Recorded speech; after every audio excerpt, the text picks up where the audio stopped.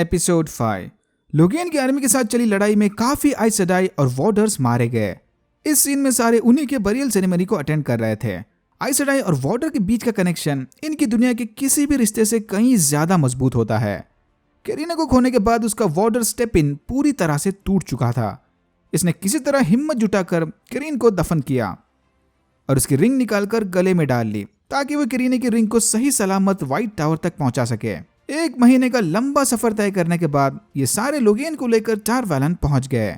Moraine ने लैन को बताया कि द व्हाइट टावर पहुंचते ही ये रैंड, मैट, इग्वेन और पेरिन को किसी भी हाल में ढूंढ लेंगे। थॉम के बताए डायरेक्शन को फॉलो करते हुए रैंड और मैट भी टार वैलन पहुंच ही गए। मैट की कंडीशन अब बद से बदतर होती जा रही थी। रैंड यहाँ मौजूद टावर और माउंटेन को देखकर समझ गया कि ये बिल्कुल सही जगह पर आए हैं। Okay, spoiler time. अब हम इस माउंटेन और व्हाइट टावर के बैकग्राउंड स्टोरी के बारे में थोड़ा डिटेल में बात करेंगे। Breaking of the world event के बाद ड्रैगन के साथ साथ साइडियन यूज करने वाले सारे मेल्स पगला गए।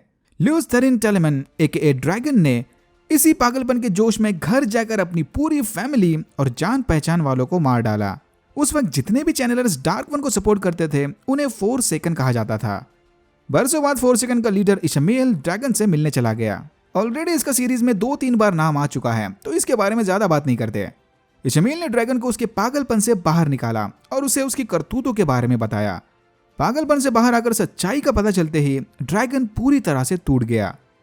टेंटेड साइडियन के वश में इसने जो कुछ भी किया था उसके लिए ड्रैगन खुद को कभी माफ नहीं कर सकता। ड्रैगन ने जबरदस्त वन पावर को अपनी बॉडी में चैनल करके सुसाइड कर लिया। इतनी ज्यादा वन पावर एक जगह पर गिरने से यहाँ एक ज्वालामुखी खड़ा हो गया, ये वाला माउंटेन जिसे बाद में ड्रैगन माउंट का नाम मिला। तो ड्रैगन माउंट एक्चुअल में ड्रैगन की कब्र है। जमीन पर अचानक से इतना बड़ा पहाड़ खड़ा होते ही वहां की नदी ने रास्ता बदल दिया और इसी की वजह से ड्रैगन माउंट के ठीक बाजू में एक आइलैंड बन गया, टार वैलन आइलैंड। ब्रेकिंग के बाद बहुत सारे फीमेल आइस सेडाई इस टार वैलन आइलैंड में आकर बस गए और आइस सेडाई को लीड करने अमेलिन सीट को चुना। पहले अमेलिन सीट ने आइस सेडाई की लीडर बनते ही यहाँ पर एक ट्रेनिंग टावर बनाने का हुक्म दिया, द व्हाइट टावर। ये आइस सेडाई का हेडक्वार्टर्स होने के साथ साथ पोटेंशियल आइस सेडाई और उनके वॉर्डर का ट्रेनिंग सेंटर की तरह काम करेगा। ये सब सदियों पुरानी बातें हैं। आइस सेडाई की करंट लीडर यानी अमेलिन सीट स्वान सांचे है, जिससे आई थिंक हम अगले एपिसोड में मिलेंगे। व्हाइट टावर के अंदर जाने से पहले रैंड और मैट थॉम के बताए लॉज में रुक गए।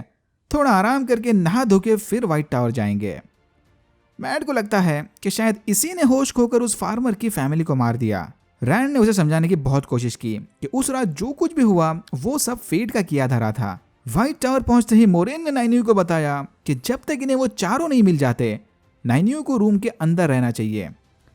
ऑलरेडी नाइन्यू के पावर शोडाउन के बारे में सारे आइस सेडाइज बात कर रहे थे। अच्छा होगा कुछ दिनों के लिए नाइन्यू अंडरग्राउंड हो जाए, बट नाइन्यू कहाँ सुनने वाली थी। मोरेन के जाते ही वो व्हाइट टावर के टूर पर निकल पड़ी। द टिंकर्स ने वादे के मुताबिक इग्वेन और पेरिन को टार वैलन तक पहुंचा दिया, बट अंदर घुसने से पहले इन्हें चिल्ड्रन ऑफ लाइट से निपटना होगा। पेरिन और इग्वेन को टिंकर के साथ देखकर चाइल्ड वाल्डा ने उन्हें पहचान लिया कि ये तो वही लोग हैं जो कुछ दिनों पहले इसे जंगल में मिले थे। मतलब गड़बड़। चाइल्ड वाल्डा ने फौरन उन्हें पकड़ने का ऑर्डर दिया, बट उन दोनों को बचाने की खातिर टिंकर्स ने व्हाइट क्लोक्स के सामने ह्यूमन चेन बना ली। बस फिर क्या था, व्हाइट क्लोक्स टिंकर को धड़ाधड़ कूटने लग गए। इसी डिस्ट्रैक्शन का फायदा उठाकर इग्वेन और पेरिन ने वहां से भागने की कोशिश की, बट व्हाइट क्लोक्स ने उन्हें पकड़ लिया। कैंप पहुंचते ही व्हाइट क्लोक्स इग्वेन को निला धुलाकर चाइल्ड वाल्डा के पास ले गए। चाइल्ड वाल्डा ने एक साइड इग्वेन को बांध दिया और दूसरी साइड पेरिन को। इसे पूरा यकीन था कि इग्वेन वन पावर को चैनल कर सकती है। इग्वेन से सच्चाई उगलवाने चाइल्ड वाल्डा ने चाकू से पेरिन की पीठ को स्क्रैप बुक बनाकर उसे टॉर्चर करना शुरू कर दिया। अगर इग्वेन अपने दोस्त को बचाना चाहती है तो इसे चाइल्ड वाल्डा के सामने पावर को चैनल करना होगा। फिर चाइल्ड वाल्डा इग्वेन को मार देगा और पेरिन को छोड़ देगा। अगर इग्वेन ने वन पावर चैनल नहीं किया तो वो पेरिन को मार देगा और इग्वेन को जाने देगा। इनके पास रात तक डिसीजन लेने का टाइम है। फिर पेरिन ने इग्वेन के सामने कन्फेस किया कि उस रात ट्रोलॉक समझकर इसी ने एक्सीडेंटली लाइला को मार दिया था। पेरिन को लगता है कि वो इसी सजा के लायक था। इग्वेन को कोशिश छोड़कर पेरिन की कुर्बानी दे देनी चाहिए, बट इग्वेन ने उसे समझाया कि उस रात जो कुछ भी हुआ था उसमें पेरिन की कोई गलती नहीं, वो तो बस एक अनफॉर्चुनेट एक्सीडेंट था। रात होते ही चाइल्ड वाल्डा वापिस आ गया और फिर से पेरिन की पीठ पर ड्राइंग बनाने लग गया। जब चाइल्ड वाल्डा इसे टॉर्चर कर रहा था तब पेरिन की आंखें चमकने लगी और आसपास की भेड़ियों ने आकर व्हाइट क्लोक्स पर हमला कर दिया। इसी मौके का फायदा उठाकर इग्वेन ने थोड़े से वन पावर को चैनल करके पेरिन को आजाद कर दिया और चाइल्ड वाल्डा को जख्मी करके वहां से भाग गए। पेरिन के इस रूप को देखकर चाइल्ड वाल्डा की सारी हवा निकल गई थी। इग्वेन ये देखकर हैरान थी कि बाहर भेड़िए इन दोनों को छोड़कर बाकी सब पर हमला कर रहे थे, यानी पेरिन किसी तरह भेड़ियों को कंट्रोल कर सकता है। लिएंड्रिन ने नाइन्यू को बताया कि उसे खुद अपने डिसीजन लेने का हक है, मोरेन की बातों को ज्यादा सीरियसली ना ले। यहीं पर नाइन्यू को फील हुआ कि ये रेड आशा के आइस सेडाई मर्दों से कितना नफरत करते थे, शायद इसीलिए ये लोग अपने साथ कभी वार्डर नहीं रखते। लिएंड्रिन से टिप्स लेकर नाइन्यू व्हाइट टावर को एक्सप्लोर करने चली गई। उधर रैंड को लाइब्रेरी में नया दोस्त मिल गया, लोयाल द ओगियर। ये ओगियर प्रजाति की बुक्स में काफी लंबी कहानी है। होपफुली अगले रिकैप्स के दौरान इनके बारे में और डिटेल में बात करेंगे। रैंड के लाख समझाने के बाद भी लोयल उसे आइल बुला रहा था, क्योंकि रैंड के बाल और लुक्स एकदम आइल मैन की तरह लगते हैं। बट फिर रैंड ने उसे बताया कि वो 2 रिवर्स का निवासी है, जो यहाँ अपने दोस्तों को ढूंढने के लिए आया था। लोगेन की पब्लिक परेड के वक्त मैट को ऐसे विजन्स आए कि लोगेन उसे देखकर हंस रहा था, मानो जैसे वो जानता है कि मैट भी टेंटेड साइडियंस के साइड इफेक्ट से गुजर रहा था। हेलुसिनेशन से बाहर आते ही मैट ने रैंड से वादा लिया कि अगर इन दोनों में से कोई ड्रैगन रिबॉर्न निकलता है तो वो अपने साथी की लोगेन जैसी कंडीशन होने नहीं देगा। फिर हमने देखा कि एपिसोड 1 वाला वो सौदागर यानी पेरिन फेनबी टारवैलन पहुंच गया। कहा था ना, इसके कैरेक्टर पर जरा ध्यान रखना।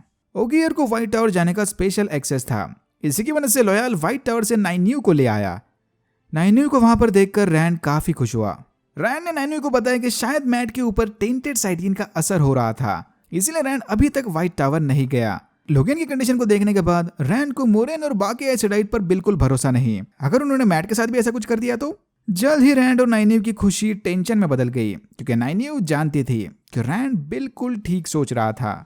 लिएंड्रिन ने मोरेन को हिंट दिया कि वो नाइन्यू को रेड आशा का पार्ट बनाना चाहती है, बट मोरेन को पूरा यकीन था कि नाइन्यू उसके स्किल्स की वजह से येलो आशा को चूज करेगी। मोरेन ज्यादातर टाइम व्हाइट टावर के बाहर बिताती थी। एलाना ने इसे बताया कि मोरेन को थोड़ा ध्यान रखना चाहिए। रेड आशा के साथ साथ लिएंड्रिन को दूसरे ग्रुप के आइसेडाई से भी सपोर्ट मिल रहा था। चांसेस हैं कि वापस आते हैं एमिलिन सीड भी सारा इल्जाम मोरेन के सर पर डाल दे। मोरेन नहीं जानती कि इस व्हाइट टावर में उसके कितने सारे छुपे दुश्मन हैं। केरिनी को खोने के बाद से ही स्टेपिन पूरी तरह से डिप्रेशन में चला गया था। ये ठीक से सो भी नहीं पा रहा था। बिना दर्द को भुलाए चैन की नींद लेने इसने नाइन्यू से दवाई भी ले ली। केरिनी की रिंग को पिघलाकर थोड़ा स्टेबल होने के बाद स्टेपिन लैन के साथ पीने बैठ गया। यहाँ पर ये दोनों लैन और नाइन्यू के रिलेशन के बारे में बात कर रहे थे। लैन को बचाने की खातिर ही नाइन्यू ने पहली बार 1 पावर को चैनल किया था। लैन भी समझ गया था कि धीरे धीरे नाइन्यू उसके प्यार में पड़ रही थी और उसे भी नाइन्यू पसंद थी, बट ये प्यार मोहब्बत वॉर्डर्स के लिए नहीं बने। सुबह होश आते ही लैन को पता चला कि स्टेपिन ने उसके ड्रिंक्स में सोने की दवाई मिलाई थी, वही जो उसने नाइन्यू से ली थी। स्टेपिन ने बाहर वॉर्डर्स के हॉलवे में जाकर अपनी जान दे दी, क्योंकि आइस सेडाई के मरने के बाद उनके वॉर्डर्स चैन से नहीं जी पाते। स्टेपिन की मौत का शोक मनाने सारे वॉर्डर्स और आइस सेडाई ने व्हाइट टावर में स्पेशल सेरेमनी रख दी। बहुत कोशिश करने के बाद भी लैन उसके इमोशंस को रोक नहीं पाया और वो जोर जोर से चिल्लाकर रोने लगा। लैन की इस कंडीशन को देखकर मोरेन काफी दुखी हो गई। वो जानती थी कि मोरेन को खोने के बाद लैन का भी बिल्कुल ऐसा ही हशर होने वाला है। तो क्या मोरेन लैन को इस दर्द से बचाने उसके साथ वॉर्डर का बंधन तोड़ देगी?